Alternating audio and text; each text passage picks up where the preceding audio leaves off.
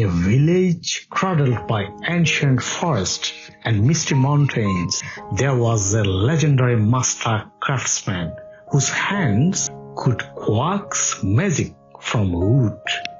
His creations, furniture, sculptures, and intricate carvings were unlike anything anyone had seen.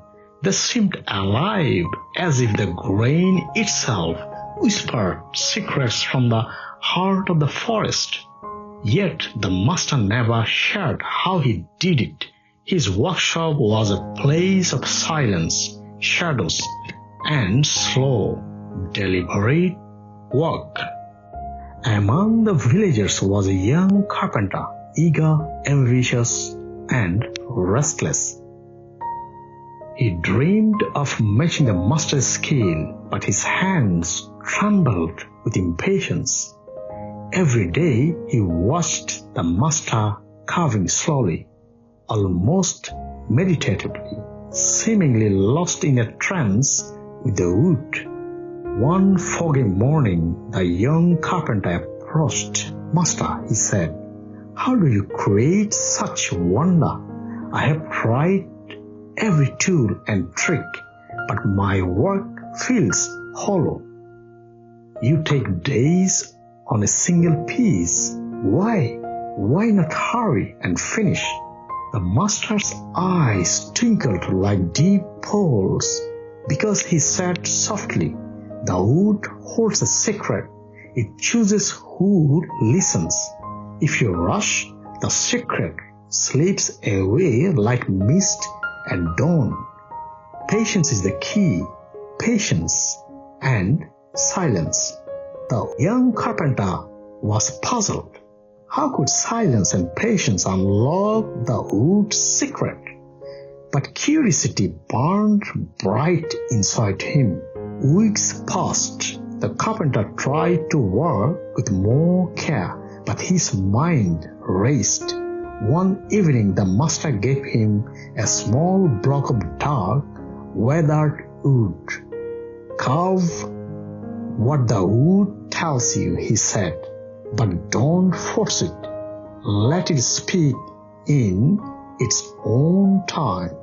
The carpenter worked late into the night, the room lit only by a flickering candle. He chipped, sanded, and carved, but the wood remained stubborn, cold, and unyielding.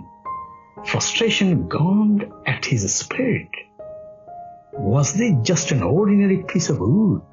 Was the master's secret nothing but a myth?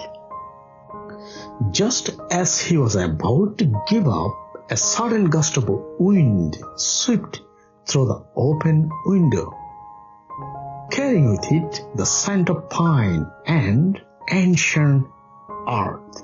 The candle flickered wildly, shadows danced on the walls, and in that eerie quiet, the carpenter felt something stir deep inside the grain.